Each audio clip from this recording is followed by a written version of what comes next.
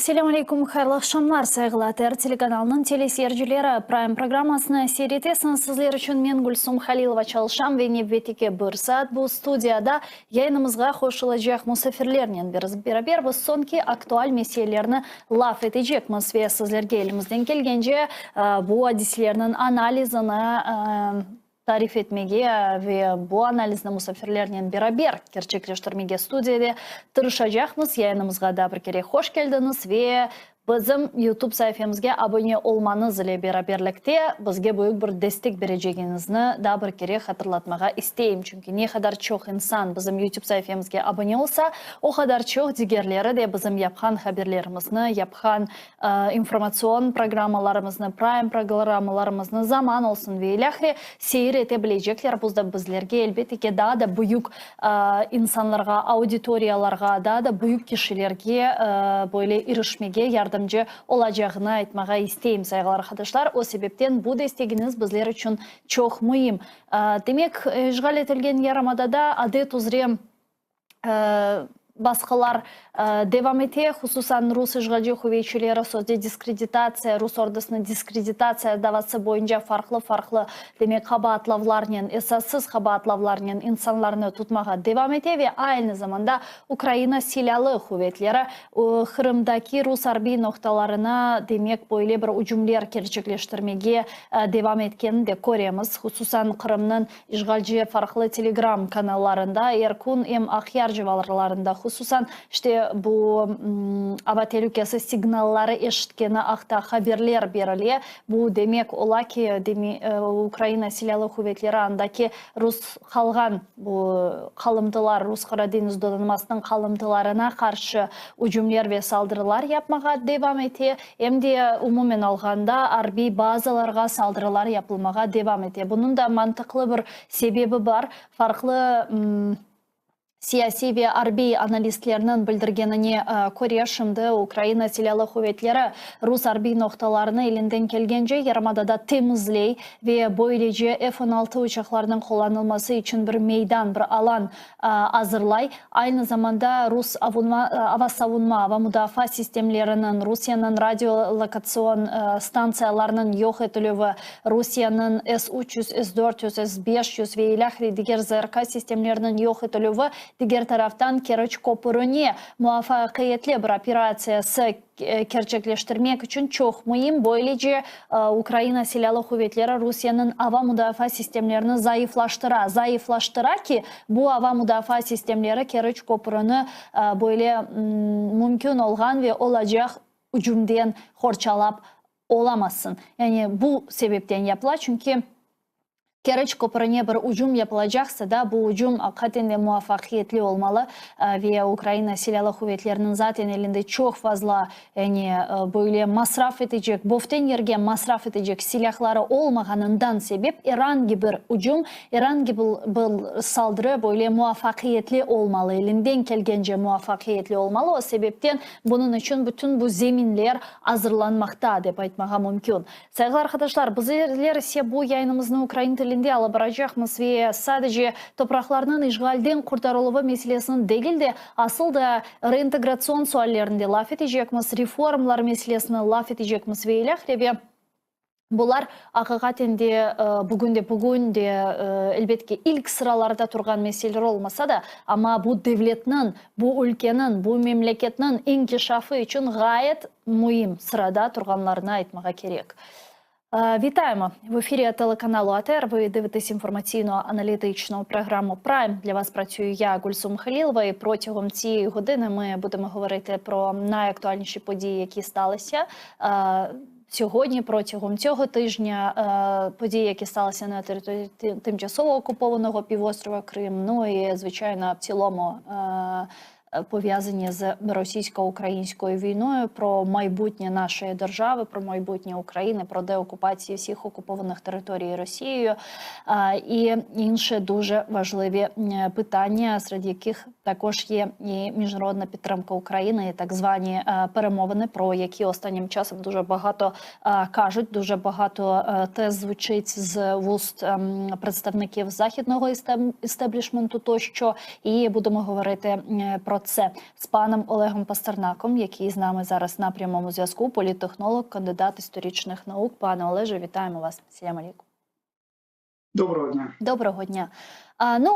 Останнє я сказала про перемовини. Хотіла би почати з цього, бо останнім часом ми дійсно дуже багато чуємо різноманітних тез. І Трамп казав, і в Китаї звучать заяви про необхідність перемовин. Нещодавно навіть Путін сказав, що Росія на конференції ШОС, що Росія хоче повернутись до стамбульських перемовин, чи розглядає повернення до стамбульських перемовин і так далі. Президент України, звичайно, на це все відреагував і навіть запропонував Трампу показати його мирний план, за яким, за думками Трампа, можна закінчити цю війну за 2-3 дні. Ось як ви дивитесь на всі ці новини, і чи відчуваєте ви, що дійсно зараз Україну схиляють до так званих перемовин? Точно слово «схиляють» не можна тут вживати, на мою думку, але мирний діалог, мирний трек може бути запущений вже в цьому році. Власне, глобальний саміт миру почав цей тренд. Після цього посипались певні заяви і президента, і голови Офісу президента про те, що відбудеться другий саміт миру, і на цьому другому саміті буде покладений план закінчення війни. А президент, зокрема, додав деталей, що ймовірне мирне врегулювання з Російською Федерацією може бути за принципом зернової угоди, за посередництво, наприклад, ООН і Туреччини, коли Україна підписує договір з посередниками, а посередники вже підписують договір з Російською Федерацією. Крім того, різні експерти, які пов'язані з Офісом президента, вони почали говорити про тему миру і що є перемогою України в війні. Україна столиця збережена, вихід до Чорного моря збережений, Україна прямує в ЄС і планує вступати в НАТО, і це може вважатися перемогою в війні. Це дуже така теза, дуже її важко артикулювати зараз, і вона суперечлива, тим не менш вона лунає з вуст влади. При цьому окуповані території залишаються окупованими, я правильно розумію, чи ні? Це питання треба адресувати до тих, хто є автором цих тез. Я зараз просто намагаюся пояснити нашим глядачам, що відбувається, власне. Бо таке враження, що, знаєте, якийсь вінігрет заяв пішов, якась така мозаїка різнобарвних думок, а зібрати в кучу дуже важко. Що однозначно? Перше, вийти з війни без мирних перемовин і договору буде важко. Взагалі, будь-який конфлікт передбачає якусь домовленість. Друге, проблема в тому, що домовленість з Російською Федерацією – це ще той квест, який, власне, важко Україні буде пройти, і з Заходу так само. У нас є досвід Мінських двох угод. Ми чогось досягли з ними? Ні. У нас є досвід Стамбульських перемовин і проєкту Стамбульського договору, зокрема, до якого апелював президент Росії нещодавно. Але що цікаво, Стамбульський договір передбачав нейтралітет України і гарантії безпеки Україні і Росії, але тим не менш він був в контексті тих перемовин, що Росія повинна була відійти від окупованих територій станом на 24 лютого 22 року. Зараз чи стоїть так питання, мені складно сказати.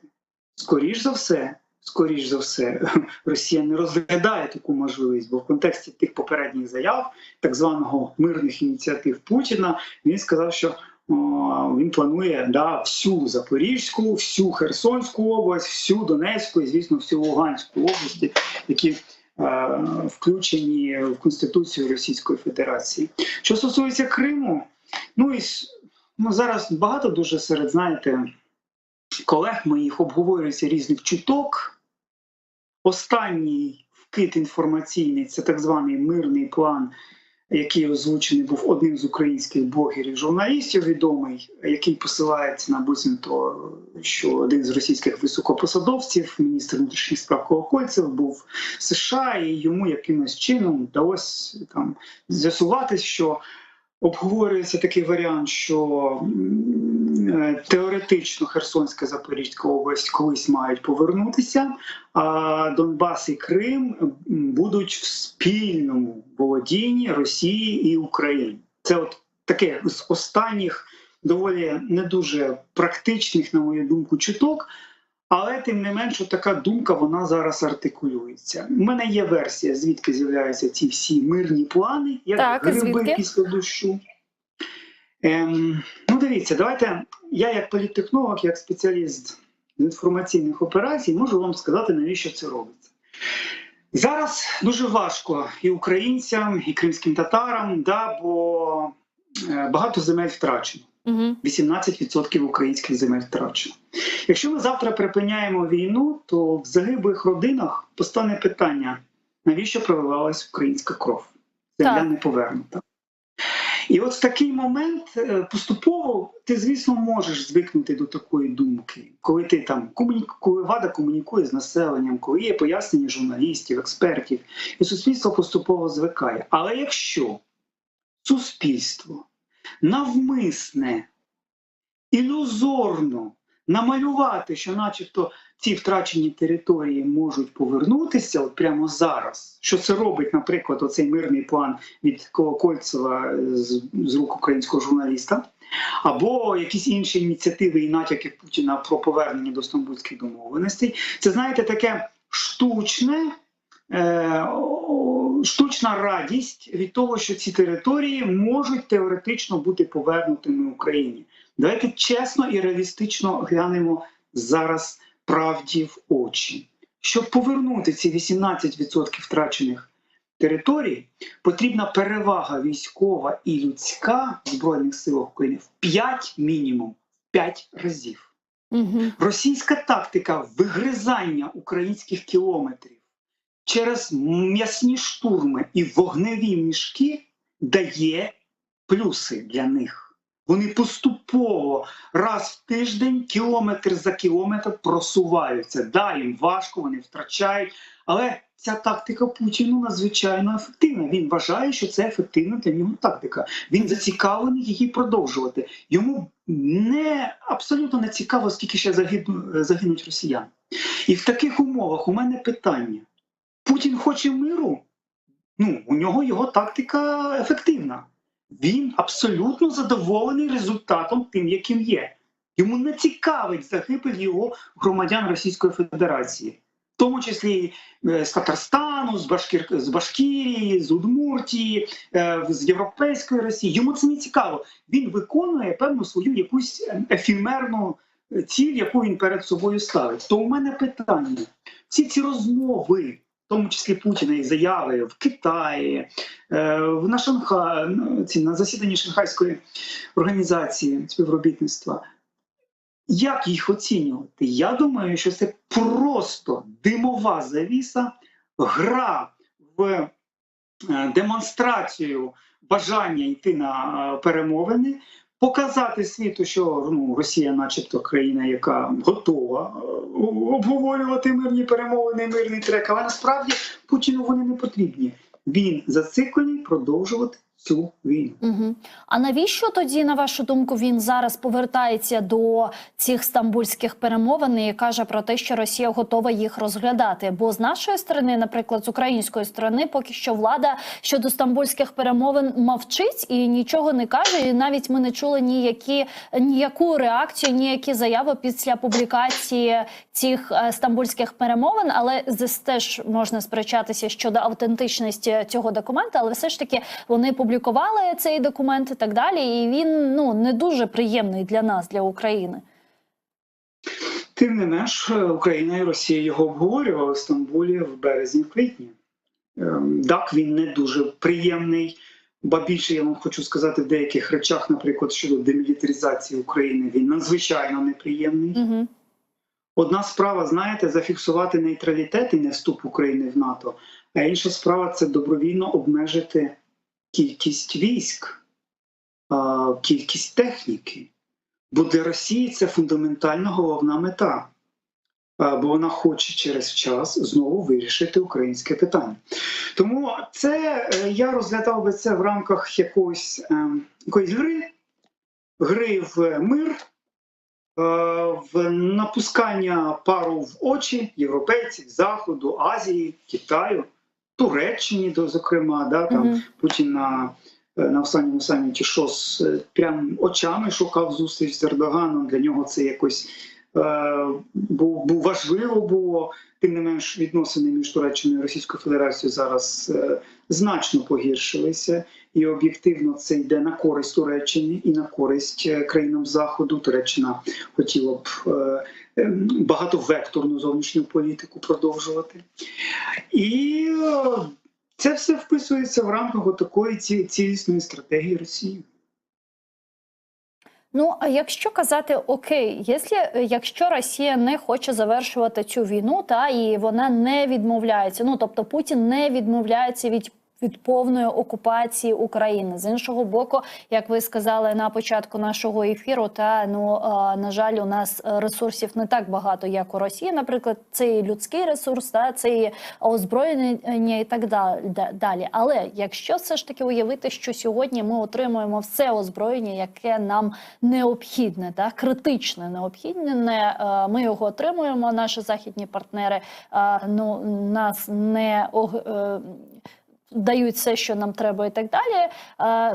В такої конфігурації, чи можливо, що ми військовим шляхом зможемо перемогти Росію? Гарне питання, дякую. Я думаю, відповідь на нього багатьом не сподобається. Я не військовий аналітик, і я лише можу політично дивитись на деякі речі, історично, бо я маю, як за першою професією історик, можу вам сказати з історії військової справи, які могли б бути сценарії позитивні для України. Але давайте відверто скажемо. По-перше, Росія – це все ж таки потужна держава-монстр, у якій є ресурс. За рахунок автократії цей ресурс може бути мобілізований швидко, оперативно і безболісно для режиму. Чи може собі дозволити Україна таку поведінку? Ні. Бо Україна – демократія. В Україні немає ресурсу фінансового. Навіть якщо всю зброю поставити, в Україні все рівно немає фінансового, людського, мобілізаційного ресурсу, щоб забезпечити під цю зброю ефективне виконання контрнаступальної стратегії. Я вам розкажу один цікавий епізод. До речі, його американський історик, військовий, написав одразу вже після завершення Другої світової, написав чудову книгу. Написав чудову книгу, яка присвячена була висадці американських союзників в Нормандії після операції Оверлорд. Так ось, за його джерелами, американські солдати майже більше 50% не стріляли в німців-фашистів під час прямих бойових зіткнень на фронті. Що це означає? Це означає, що в американської армії не було досвіду ведення масштабних контрнаступальних операцій. Так само давайте відверто визнаємо, в українців також немає такого досвіду. На жаль, немає такого досвіду. Це має бути військове планування вищого гатунку. Це має бути злагоджена бойова робота всіх підрозділів. Це має бути детально продуманий військовий план. Це має бути повне домінування в авіації, бронетехніці, в боєприпасах, в людському навченому ресурсі, підготовленому до введення в агресивних умовах, жорстких умовах ефективних дій. Це колосальна задача, яку треба було вирішувати, вибачте, з 91-го року. А коли ми поставлені в умовах 2,5 війни, і ми не можемо говорити про демобілізацію наших бійців, які втомилися природньо і фізично, не можуть виконувати бойові задачі в постійному шквалі, в темпі і в такому ритмі, то про яке військове диво ми хочемо говорити? Ну, я просто реалістично дивлюсь. Є певні сценарії, які можуть бути позитивними для України. Я не виключаю. У мене немає бажання там сіяти песимізм і насолоджуватися цим. Абсолютно ні. Є певні позитивні сценарії для України. Але давайте відверто, реалістично, чітко і ясно скажемо. Щоб здійснити деокупацію військовим чином 18% території України, перевага має бути мінімум в 5 разів. Мінімум. Причому перевага колосальна, людська, технологічна, технічна, ну і в військовому вмінні. Коли ми зараз кажемо, що в багатьох військових підрозділів в Україні є скарги на командирів, батальйонів, дивізій, коли прямо сигналізується Генеральному штабу наявність величезної кількості проблем в командуванні, в оперативному управлінні. Якщо ми не можемо відшліфувати і вирішити це питання, то про які контрнаступальні дії мова йде? Не можна так говорити. Натомість, я так розумію, що серед військових і серед влади є зараз таке безпосередня реалістичність в оцінках, і тому говорять про мирні перемовини, які дуже важко будуть йти, бо, повторюю, у Росії інше враження і інші сценарії поведінки. Для них мир потрібен як димова завіса, і для своїх і операцій впливу, і подальшої підготовки для фізичного винищення. А нам треба робити роботу над помилками. Нам треба виправляти всі ці вади, в тому числі і всередині держави вже зараз. Якщо чесно, то потрібно було це робити ще раніше. На жаль, знову, як завжди, час втрачається. А як можна зробити тоді такі перемовини, щоб це не було схожим на нормандський формат чи на мінський формат, бо це теж була наша помилка? Туди треба залучити країни, до яких змушений дослухатися Путін. 100% Пекін, Делі, Стамбул. Я думаю, що ці країни мають певний вплив на Путіна. Бо, повірте, і Китай, і Індія, і Туреччина забезпечують зараз якусь частину економічної співпраці Росії, яка дозволяє їй виживати в цій війні на виснаження. І тому залучення цих країн, їх реалістичність і розуміння. Наприклад, якщо з Туреччиною немає проблем, бо і Ердоган, і турецьке керівництво абсолютно розумно ставиться до питання територіальної цілісності України, до мінімізації присутності Росії в Чорному морі, то, наприклад, з Китаєм багато проблем, бо політично Китай стоїть більше на боці Росії. Хоча після останнього візиту Путіна до Північної Кореї, Китай, мені здається, реалістичніше дивиться на ці всі пасьянси і цікаву гру, яку використовує Путін. Тим не менш, залучення цих країн дозволить згенерувати в Росії певний страх щось втратити, якщо вони не підуть на компроміс. І, на жаль, ця тактика працює і проти України, коли деякі країни Заходу можуть натякати Україні також на компроміс, якщо Росія дасть ознаки готовності йти на ухвалення. Тут треба нам попрацювати буде також. З іншого боку, ми ж розуміємо, що компроміс – це коли дві сторони мають якесь задоволення, так? І в цьому аспекті для нас будь-який компроміс це плохо, бо ми все ж таки не отримуємо всі території, які нам належать по праву. Добре питання. Мені сподобалося, мені здається, як буде діяти керівництво України. Воно спробує поставити це питання на обговорення безпосередньо українському народу. Влада буде остерігатися прямо, ставити це питання безпосередньо без волі українського народу.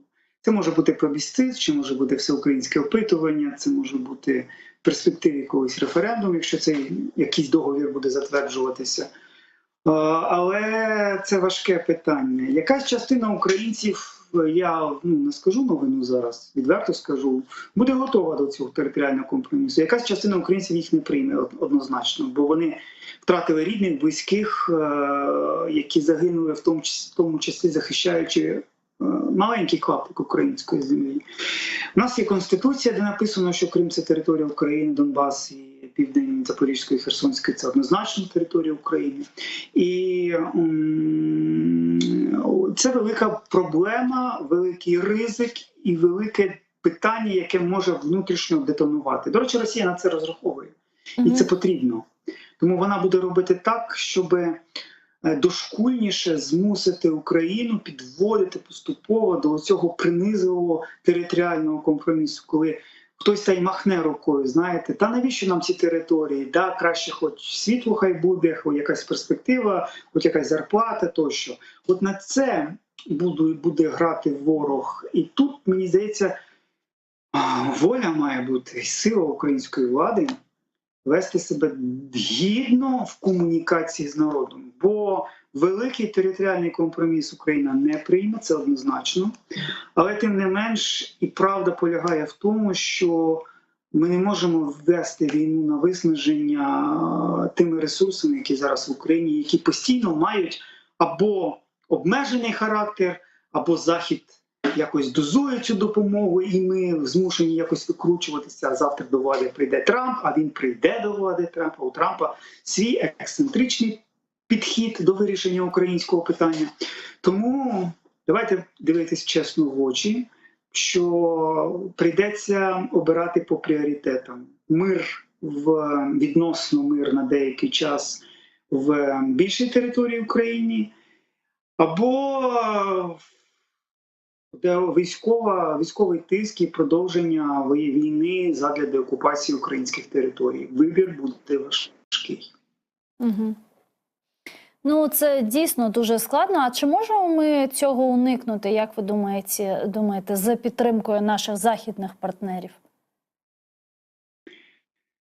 Ну, це теоретично можливо уникнути, але тут же що головне? Суспільний консенсус, правда?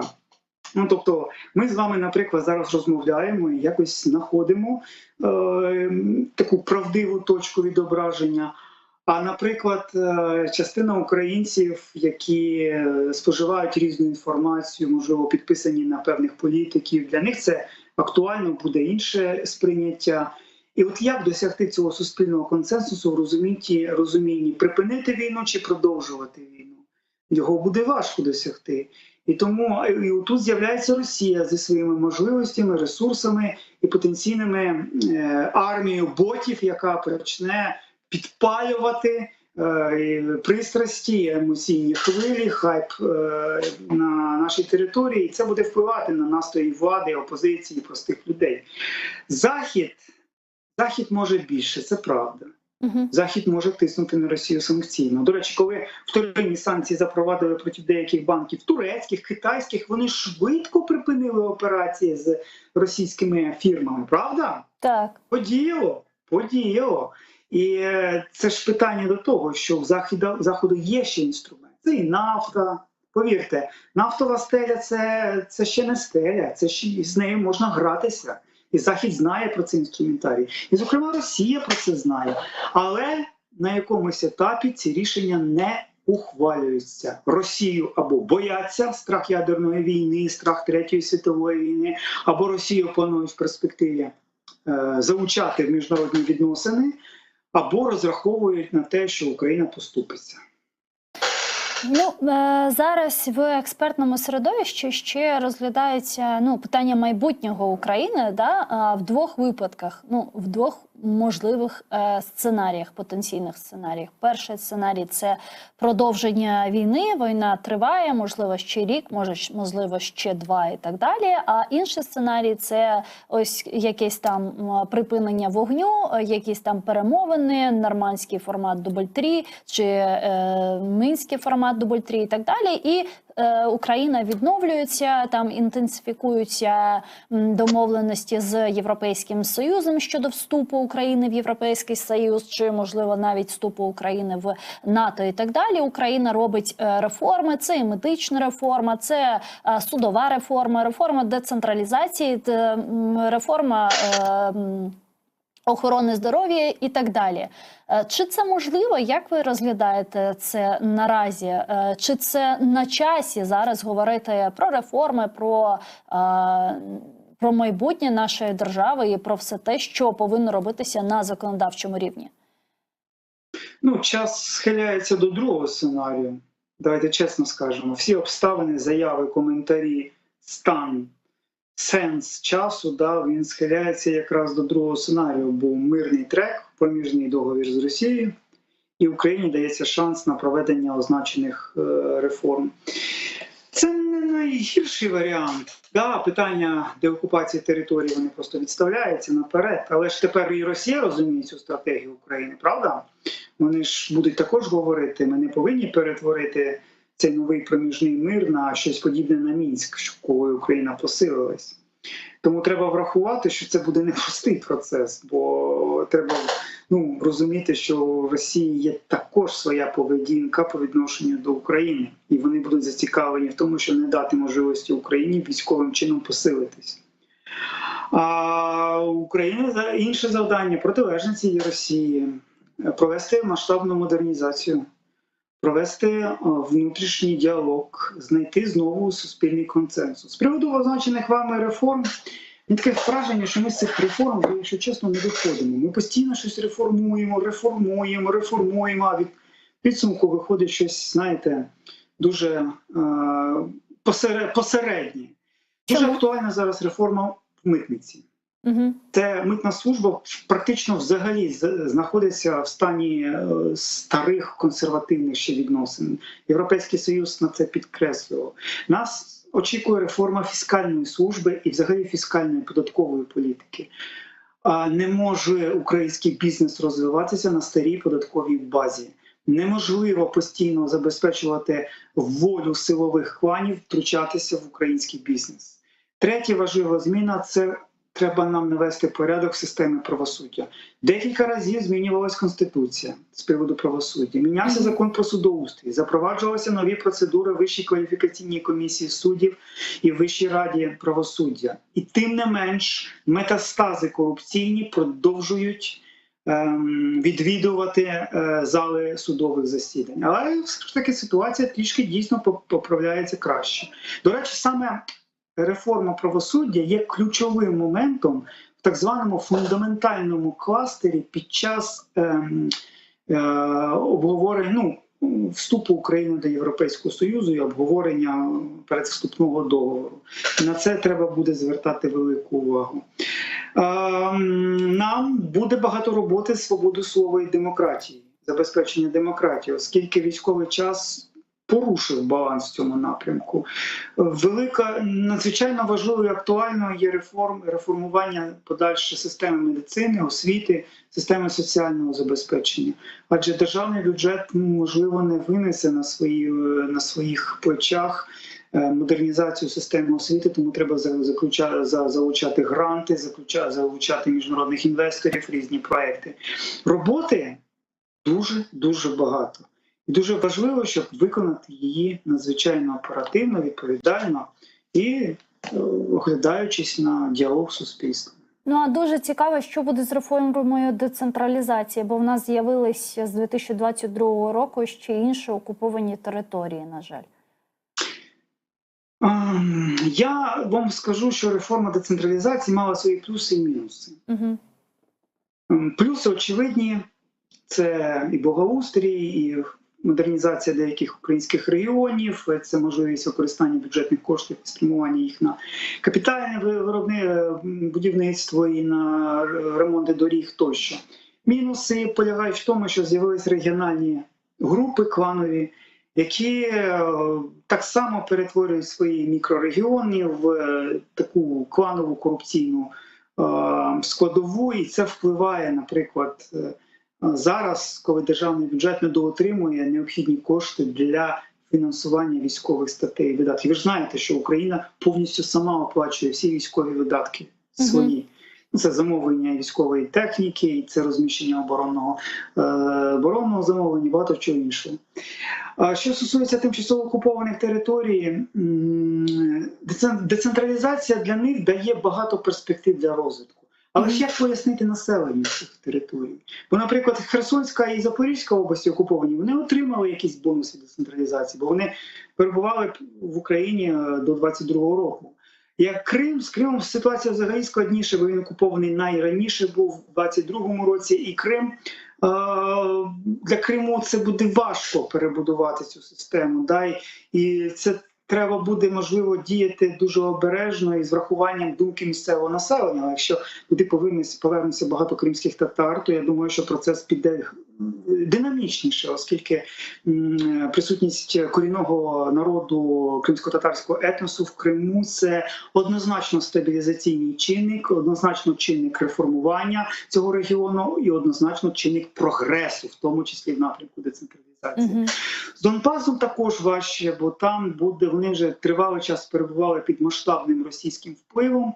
І перед тим, як проводити там реформу децентралізації, треба подумати щодо відповідальності колаборантів, відповідальності багатьох місцевих за ті злочини, які вони чинили проти українців і проти держави України за всі ці майже вже скоро 10 років перебування в Росії. Ну, якщо уявити теоретично такий сценарій, що реалізується от ця історія з так званим перемир'ям, але це ж все таке, завтра чи через там 2-3 дні Росія знов збере сили і знову, може, нападе на Україну. Вона не відмовляється від цієї ідеї повної окупації України. Але все ж таки, якщо теоретично уявити, що здійснюється якесь там перемир'я і так далі, Україна повертається до реформувань, робить все як треба. Чи це, на вашу думку, поки ще є окуповані території? Чи це може нас наближити до Європейського Союзу, а можливо навіть, чи зможемо ми в цієї конфігурації вступити в ЄС? Наблизиться до Євросоюзу, бо 35 перемовних глав угоди про вступ України в ЄС передбачають масштабні реформи, зміни, європейські стандарти, унормування, прилаштування, імплементацію європейських норм. Це однозначно піде на користь Україні. Інша справа, що це, знаєте, для мешканців тимчасово окупованих територій це спосіб побачити, як вільна Україна має потужний імпульс для європеїзації і для долучення до великої європейської родини. Концепція ця робоча, вона справедлива, що такі люди будуть тягнутися до кращого життя в потенційно європейській Україні, ніж тій Україні, яка, можливо, на тривалий час залишиться в складі Російської Федерації. І це те, що буде грати на руку Україні щодо повернення. Але тут є ще один фактор – міцність путінського режиму.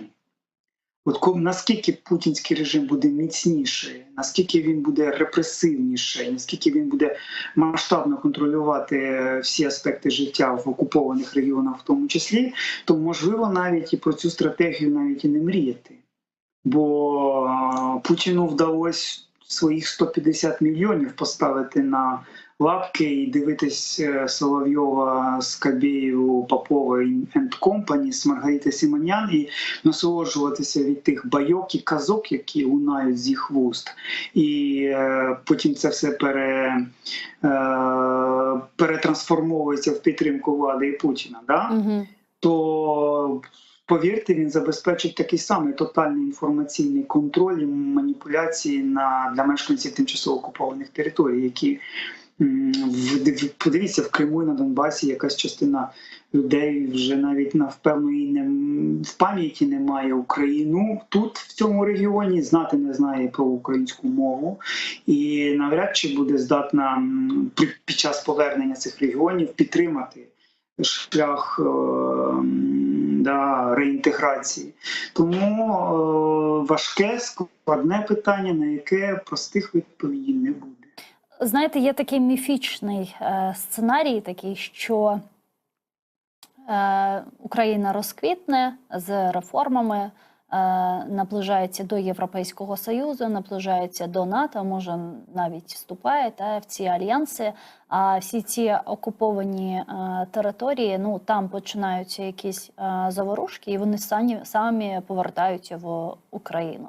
Чи є життя в такому сценарії? Ні. Це у випадку, якщо мешканці цих територій будуть проінформовані про успіхи України. Угу. В них буде інформація, в них буде внутрішнє розуміння альтернативи. Чому вони не можуть знайти когось понад Путіна? Тому що в нас немає альтернативи. Альтернатива – це хто був? Жириновський, Міронов, там пару ще якихось дивних політиків, які на услужінні Кремля. Да? Так само і тут. Якщо немає інформації про альтернативу, у людини не буде бажання внутрішнього якось змінити себе, свою територію і якось рухатися в напрямку прогресу. Ось і все. Тут секрет, мені здається, якраз в інформаційній культурі, в сталій традиції політичної демократії, здатності плюралізм запровадити і долучитись до нього і поважати іншу думку. Тут про цінності, це питання про стандарти, про ментальність, про гідність. А якраз це Росія і вихолощує, і знищує на всіх окупованих територіях. Угу.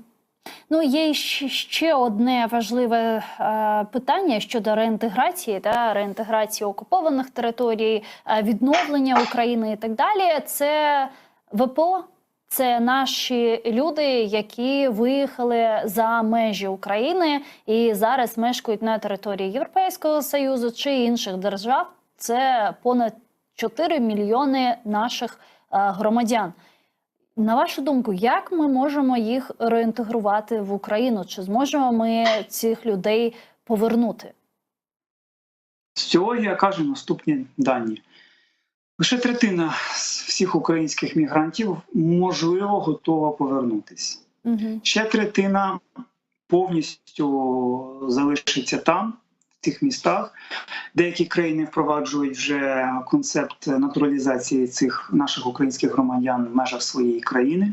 Це і фінансова підтримка, і юридична підтримка, і перспективи отримання громадянства. Зокрема, в Польщі така політика, зокрема, в Німеччині починаються аспекти такої політики. Ну і третина ще поки не вирішила і не знає. Причому з кожним роком війни, повторюю, з кожним роком війни, повернення українських мігрантів, біженців мало ймовірніше скорочується контингент тих людей, які готові чи можуть бути, чи хочуть бути повернутися на територію рідної держави і тут працювати.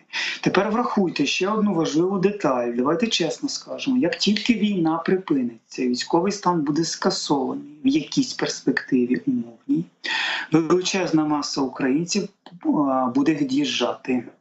Це стосується військовослужбовців, які захочуть бачити свої родини.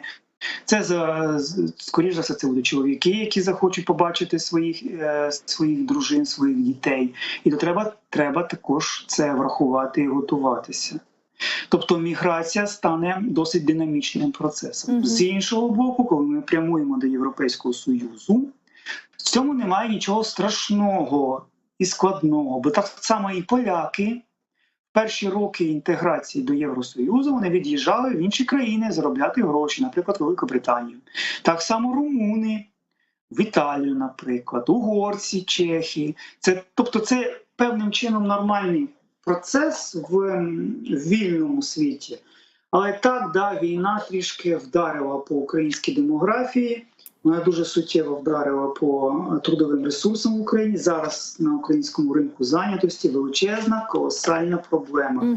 Катастрофічна нестача робочих сил. Це, до речі, вже призводить до зростання заробітної плати в деяких сегментах бізнесу.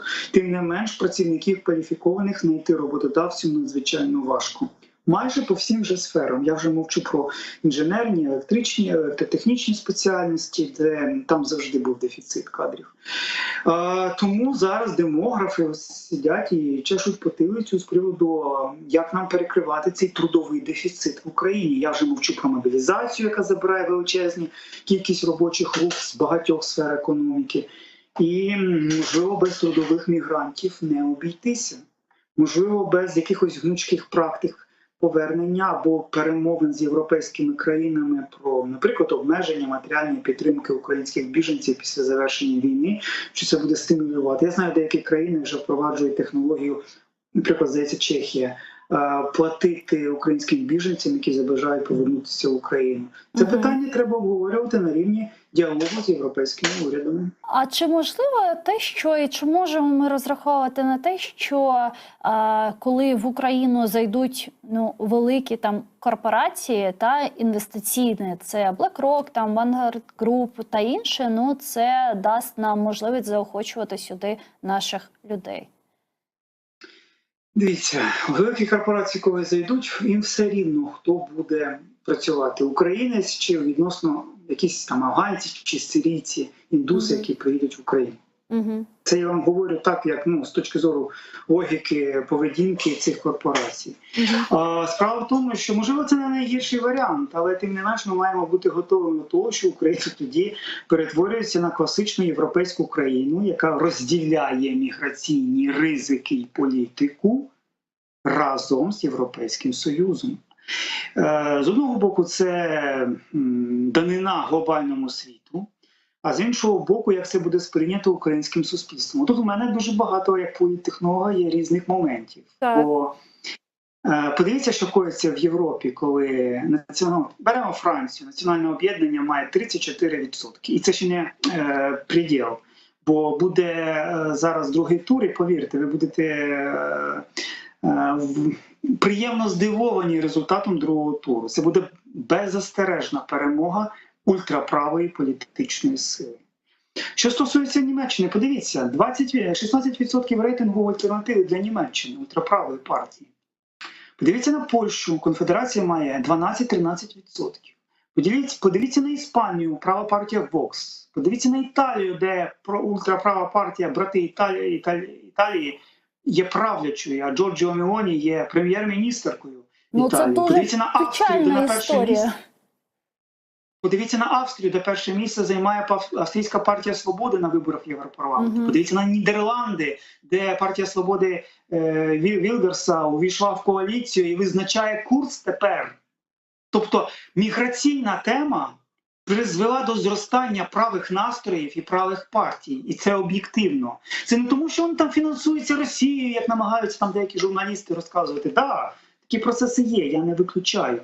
Але феномен, як я називаю його, правого повороту в Європі, це об'єктивна річ. Це результат безглуздої, абсолютно ультраліберального ставлення до міграції, що призводить до того, що простий француз, простий німець, британець йде на виборчі дільниці і своє незадоволення темі міграції фіксує в виборчому бюлетені. Тим партіям дає фору, яким він довіряє ультраправого спектру, які говорять про обмеження міграційної політики. Я, наприклад, не дуже хочу, щоб в Україні була така перспектива, тому з цим треба буде обережніше. Окрім міграційного питання, ми з вами заговорили про ультраправих в Європі, це ж погано для України, бо якщо уявити, наприклад, Францію, і ми всі знаємо Марін Ле Пен, ми всі знаємо, ким вона фінансується і які у неї погляди на Україну і на Росію. Якщо казати про Німеччину і про альтернативу для Германії, ми бачимо, що кожен рік, до 2022 можна сказати, що депутати від альтернативи для Германії завжди відвідували Крим незаконно. І вони там зустрічались з представниками окупаційних структур. І Україна завжди, вона там передавала ноту протесту своїм колегам Міністерству іностранних закордонних справ і так далі. Тобто це для нас, для України, це дуже погана історія.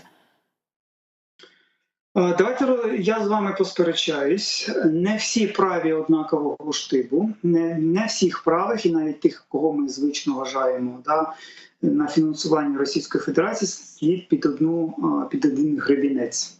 Дивіться, є, наприклад, партія така у Фінляндії «Істинні фіни». Вона абсолютно антиросійська, хоча ультраправа і націоналістична. І беремо, наприклад, Болгарію, партію «Відродження», яка, до речі, на останніх дострокових парламентських виборах досягла непоганого успіху і збільшила навіть кількість мандатів в парламенті. Тим не менш, там дійсно є проросійський слід, і там навіть є проросійська риторика в програмі. Припинити війну, Росія має право там на історичну територію, все це інше.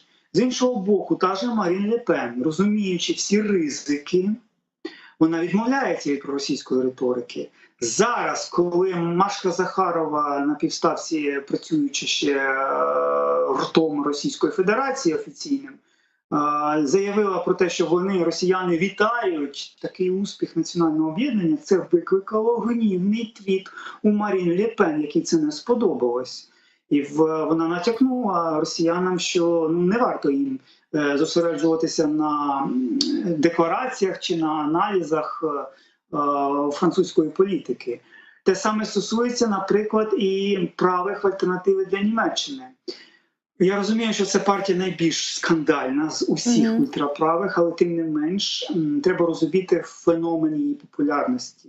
Я веду до того, що українській дипломатії, українській владі треба навчитись співпрацювати з представниками різних політичних сил, щоб потім, коли вони приходять до влади в своїх європейських країнах, у нас не було трагедії, чи якоїсь розчарування, чи небезпеки переорієнтації цієї країни на український фактор.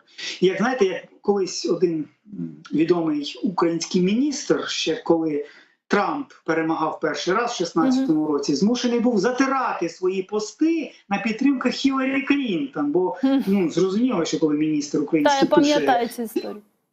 Так, щоб цього не було, треба, напевно, з розумом вибудовувати відносини з політичними полями всіх європейських країн, працювати. У нас, наприклад, чудовий результат виборів в Британії вчора бачили. Це беззастережна перемога лейбористів, формування нового уряду. Кір Стармер абсолютно проукраїнський. Він змінює Ріші Сунака, бо він був в Україні, він дивився і безпосередньо володіє інформацією про стан України, про характер цієї війни, про її цілі Російської Федерації. Тому у нас не буде проблем. Сьогодні-завтра він стане прем'єр-міністром після аудієнції у короля Чарльза III, і все. Український напрямок не буде змінений, ба більше, можливо, він буде навіть ще й посилений в порівнянні з Ріші Сунаком, який намагався зосередитися на внутрішній політиці. Це я до чого кажу? Працювати нам слід з різними напрямками політичного поля більшості європейських країн. Ви зараз згадали про Хіларі Клінтон та про Дональда Трампа, і зараз, знаєте, щось таке відбувається, але вже Джо Байден та Дональд Трамп, бо у нас останнім часом дуже багато побоювань щодо того, що Трамп може знову прийти до влади в Сполучених Штатах Америки, і його останні заяви щодо України та його політика незрозуміла та непередбачувана, як багато кажуть експертів. Як ви вважаєте, чи це дійсно для нас є загрозою? Якщо це говорить президент, вимагаючи від Трампа конкретно показати план і кроки, то, напевно, так. Загроза є. Трамп не передбачений, але тут треба сказати, що Трамп вибудовує відносини з політиками на персональному особистісному рівні. Подивіться, які в нього відносини з Дудою, з Орбаном, з Кемероном Джонсоном. Там, де Трамп формував стабільні, особистісні зв'язки з лідерами тої чи іншої держави, там і буде це впливати на характер відносин. Це перше. По-друге, дуже буде багато що залежати від картинки полю бою на той час, на листопад. Багато що залежить від здатності і спроможності і сигналу від Росії. В здатності, наприклад, країн НАТО і країн Європейського Союзу компенсувати коливання з військовою допомогою для України, якщо вона буде зменшена з боку Сполучених Штатів Америки. Тут багато факторів. Детальніше про це, звісно, треба буде говорити восени. Але зараз ми можемо лише накреслити, що так само, як вважається, що Трамп може прибрати військову допомогу Україні і підштовхнути Україну до складних територіального компромісу, те саме я можу сказати, що Трамп може дати ще більше підтримки України, ще більшої номенклатури зброї, щоб показати себе на фоні Байдена як більш успішний. Ну, дійсно, тут багато експертів ще згадують джавеліни, які були передані Україні ще за часів Дональда Трампа. Але все ж таки побоювань дуже багато, ну будемо дивитись. Але ось нещодавно The Wall Street Journal та New York Times, вони опублікували свої опитування серед американців. І поки що Дональд Трамп попереджає свого суперника Джозефа Байдена на 5%, якщо не помиляюсь. Там у Дональда Трампа 48%, а у Джо Байдена 43%. Да, і це не новина. Я ще пару місяців тому казав, що Трамп без 5 хвилин президент Сполучених Штатів Америки. У нього повна перевага в так званих хитких штатах: Пенсільванія, Мічиган, Вісконсін, Джорджія, Північна Кароліна, Нівада, багато інших штатів, а вони визначають фінальний результат президентської виборчої кампанії. Трамп має більшу кількість виборників, якщо перераховувати зараз електоральну картину по штатах. Він президент США. Навіть якщо зараз демократи спробують замінити Байдена. Це я вам говорю абсолютно з точки зору політик. Ну, да, може багато що змінити, бо у Трампа ще висять його кримінальні справи, і вони йому шкодять, це правда.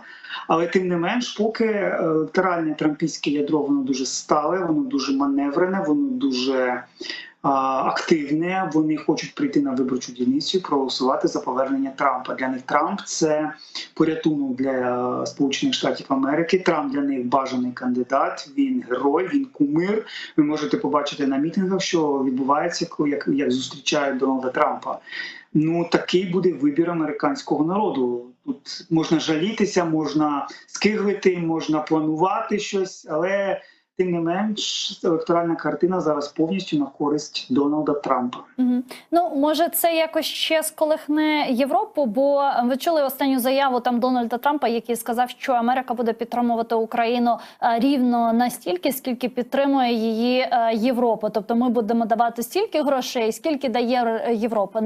Ні більш, ні менш. Можливо, таким чином Європа зрозуміє, ну, що ця війна знаходиться на її порозі, що це не лише війна України, а ще й війна всієї Європи. І, можливо, ця підтримка Європи, вона збільшиться до України. У нас буквально 3 хвилинки. Важко сказати. Ну, Трамп міняє свою точку зору. Все, що зараз він говорить, це передвиборча риторика. Давайте нашим глядачам чітко це пояснимо. Політики на Заході схильні відмовлятися від своїх передвиборчих заяв. Подивіться на Майка Джонсона, який ніколи Україні не проголосує за допомогу. В квітні місяці ставить питання на голосування в Палаті представників. Висновок: людина змінює, коригує, це політика. Тобто щось відбулося, що змусило його, наприклад, відкоригувати свою позицію. Те саме стосується і Трампа. Зараз він так говорить, бо йому це вигідно. Далі він буде говорити те, що вигідно передусім американській державі. Це ми маємо на це враховувати. Дякуємо дуже, пане Олеже Чухсалину, що знайшли час та приєднались до нашого ефіру. Сподіваюсь, до зустрічі в інших ефірах Першого кримсько-татарського. Дякую.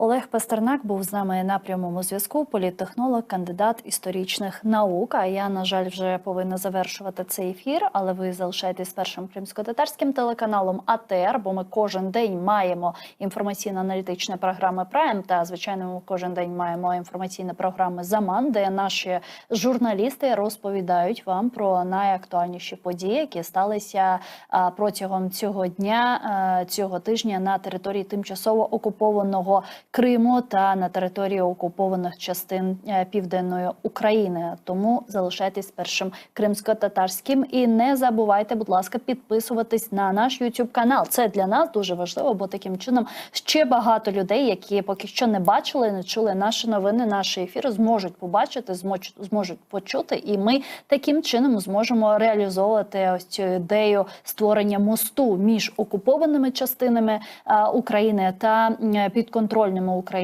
України регіонами. І таким чином ми зможемо говорити людям, які нас дивляться з Криму, про те, що Україна їх не забуває. Збройні сили України роблять це задля визволення українського народу з полону та всього на окупованих територіях, задля деокупації цих територій. А в материковій частині України і підконтрольній території України ми кажемо про те, що громадяни України, які мешкають на окупованих територіях, вони чекають на Збройні сили Украины. Saygılar arkadaşlar, ATR telekanalının ekranları başından ayrılmanız sizlerge elimizden kelgence Ukrayna ve Kırım Tatar tillerinde haberlerini anlatamız. Sonki aktual meselelerini laf etemiz. Şu sırada hem Ukrayna'nın gayrıdan tıklanılığı hem de elbette ki bütün topraklarının işgalden kurtarılığı, bu işgalden kurtarılığı ssenariylere ve siyasi mobizlerimizin vaziyeti hakikaten Nariman Bey Celal'ın hapishaneden çıkışı bizim için çok büyük bir kıvanç oldu ama hatırlamamız gerek ki hapishanelerde de birçok diğer bizim mabüslerimiz bulunan ve onların da hapishaneden çıkmaları için elimizden gelgenini yapmalımız ve daima bunu hem yayınlarımızda hem de çeşitli türlü farklı görüşmelerde hatırlatmalımız. Ekranlarınız başından ayrılmanız. Görüşkence.